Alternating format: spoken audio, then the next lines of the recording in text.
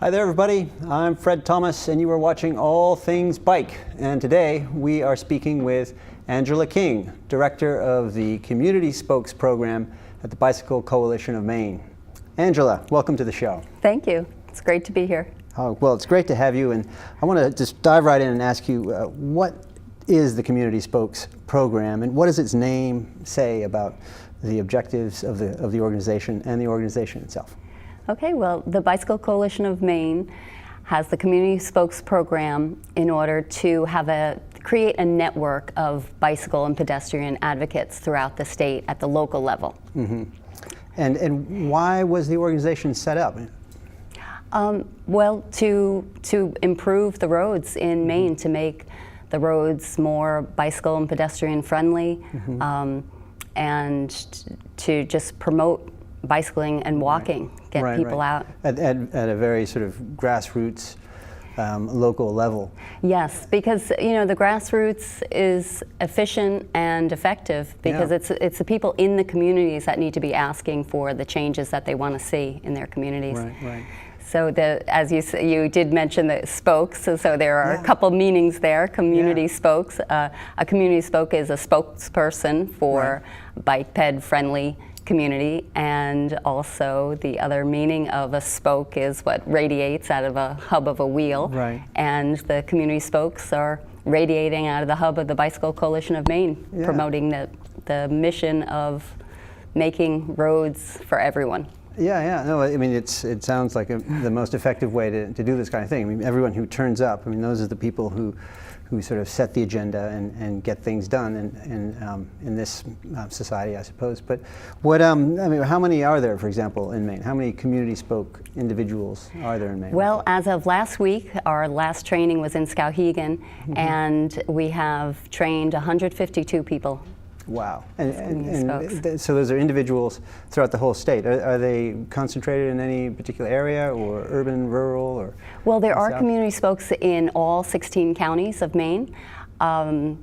Cumberland, Hancock, Penobscot, Knox, Kennebec, York, I'd say have a good number, and we'd welcome more from the counties of Aroostook and Piscataquis. Yeah, well, I mean, just keep on getting out there. I'm sure they will follow. But can you describe the community spoke person in general? Are they all cyclists, or could they be something different? Yes, they could be something different. They are people that are that understand the importance of bicycling and walking for all the reasons, all the benefits that we can get from that, health of the environment, of individuals, tourism. So there are so many benefits, and so it's people who recognize that and also recognize that maybe their communities are not very bike-ped friendly. So we have, our community spokes range from 22-year-old students to 72-year-olds, from young to middle-aged working people and retired people.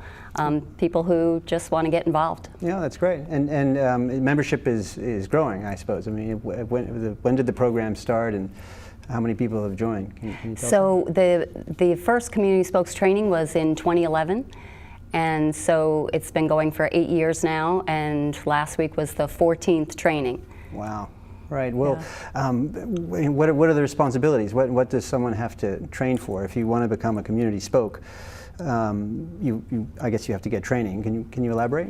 So the training, it's a one-day training. When people register, we send them a worksheet, a pre-brainstorm worksheet, so they can start thinking about what they want to focus on in their community to work on. And so we teach them about community mobilization and the steps that are necessary when you're trying to make change in your community. So it's an all-day training. And we just, after the training, we follow up and see and support them in whatever it is project that they're working on. Right, and then these individuals, do they go to the town meeting and meet with a committee of some sort, or are they told which event to go to? Exactly. They at the training we try to focus on. So if it is maybe somebody, there are three things that we usually say to focus on: either a program, a policy, or a project. So if it was a program, that could be an educational program, so they'd be getting in touch with schools. If it's a policy, that's something you'd want to go to a town meeting and start that discussion about complete streets, or your comprehensive plan for your town. Maybe you want to incorporate some bike ped things in there. And then project would be, it could be something as simple as signage, bike racks, or something, a bigger infrastructure kind of project like bike lanes or sidewalks. Right. So it can be a pretty big job. I mean, Yes. going into a town council and saying, "Oh, excuse me," that might be a little bit intimidating. But they had the training, and then they. How does the Bicycle Coalition of Maine allocate resources to help the community spoke individuals sort of prepare? And I mean, there's training, but isn't there materials? Do they give them? Well, there are reading materials that we give them, and part of the training is telling them you can't do this alone. That you really do have to mobilize your friends and neighbors and start talking about the concerns, because usually you'll find out that someone else is also concerned about it, but maybe they just hadn't taken the initiative. So the community spokes, we're trying to get them to just connect and kind of get that message out and organize their community. And maybe speak to someone else in another community that did something similar. So if you're a community spoke and you want to get a bike path in your community, but you don't know where to start, I suppose you could reach out to someone else in the community spoke organization. Exactly. That is really a big part of it too, that you connecting people to each other and that they can support each other. For example, we have two community spokes one in Norway and one in Machias, who started bike lending programs just to encourage people to ride their bikes on short trips in town or for errands. And now Ogunquit wants to start a bike share program, and they're in touch with these two community spokes to help them get started. Right, that's great. And so, I mean, is that there must be many examples of community spoke programs, but do any more sort of pop into your head that you can share with us? So, well, one of the first things that a lot of people find out is that they don't even have, maybe in their town, a bike ped committee, and maybe that's a starting point. And they can be the president of the committee. And a lot of committees, though, now that are working on bike ped issues have different names. Like Lewiston Auburn is very active. They changed their name to Complete Streets Committee, just to be more inclusive and also to really kind of define what you're looking at, trying to make the roads for everyone. The other kinds of committees that have a different name, not bike ped, are the ACE teams. I don't know if you're familiar. It's Active Community Environment, and they're working on the same thing, just getting people to be out and active. So you want the roads to be safe for them. Yeah, no, that's interesting. So even though it's within the Bicycle Coalition of Maine, it does include the pedestrian side of it, and maybe even the city planning side of it as well. And it's not just all about bikes on many levels. On many levels, yes. In fact, we're very supportive of multimodal. So, for example, we're with Metro, supporting Metro, and they're getting the bike racks on the buses, and bike racks maybe at the bus stops. That's something else we've talked about with Metro. So, the idea really is to reduce the number of cars on the road. That's what's going to make the roads safer for everyone. Or have them wider, or make it clearer where everyone can fit in. Yes. What's the hardest part of the job?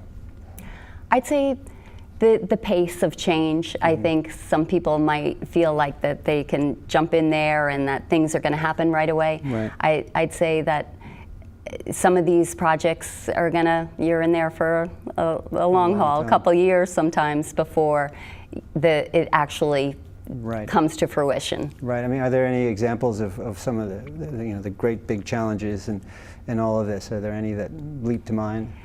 Yes, in fact, what you might be familiar with in Woolwich Center, Back in 2014, that was 4 or 5 lane travel lanes on the other side of that Sagadahoc Bridge, going east. Right. There's a bike shop there. There's a bike shop there. And then Exactly. There's a boat dealership. Right. So as you come, you're on Route 1. You go over the bridge and you go sweeping down into that intersection. Yes. Right. So this is the setting. Okay. Right. And in 2014, it was that many lanes, 4 or 5 lanes across. Pretty big, yeah. And that was the only bike dealership in the greater Bath region. And other businesses had complained about the speed of the traffic on that road.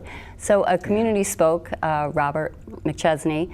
He had asked if there could be a speed meter put up there, so some kind of monitoring of the speed, so they could start to determine what was going on here. Right. And they found out that people were going way over the speed limit, more than 10 miles per hour of the speed limit. So Rob put together a PowerPoint based on that evidence. He said, well, the road needs to be redesigned. And what he proposed in his PowerPoint to the DOT and also to the Select Board of Woolwich was a road diet, and that is reducing the travel lanes. Yeah. And usually you're putting shoulders in instead, and a turning lane. And so that's what was done there. They put shoulders in, a turning lane, and just 1 lane in each direction for travel. And that was, so that he started his efforts in 2014, and that was completed in 2016. Right, well, 2 years. 2 years. So it's not, it's not too bad, but sometimes people go into things thinking like it's going to happen quick because it makes so much sense. Why wouldn't it happen quicker? Yeah. Well, that must be one of the sort of the qualities, the required characteristics of taking the job is having a long view and being patient. What are the future plans for the program, if you have anything clearly on the map? Well, we have talked about maybe having more trainings based on the desire and the need. Maybe we should do more than only once a year. We have them twice a year. We have them in May and November. All right. But we're thinking maybe we could up that, and also to have more meetups in person, because we connect the spokes to each other. They're on a master list of emails that we send out, and so that they can be in touch with each other. But the meetups are nice to see people in person and kind of re-energizes you when you share stories, and so we're looking at doing more of that. That's great. And can you elaborate on just exactly how someone who watches this episode and sees and hears all this great stuff, and how would they sign up, and where do they go to sign up, and what should they do? Okay, so you can go to the Bicycle Coalition of Maine website, which is www.bikemaine.org, and there's advocacy. You go under that and community spokes page, and it'll describe the community spokes program in more depth, and then there's a link to register, so you can register. Right now we haven't chosen a date, an exact date and location for the November training, but by next month it'll be up on the website. All right. That was Angela King, Director of the Community Spokes Program at the Bicycle Coalition of Maine. That's all we have time for right now. Thanks so much for watching. All Things Bike with Fred Thomas is brought to you by Xentis, performance carbon wheels handmade in Austria for road and off-road riding. Xentis, next generation wheels. And Frame and Wheel eBay bike selling services. Time, space, cash. Pick 3. And AD Bikes, the modern face of Austro-Daimler cycling and the bike company of the future.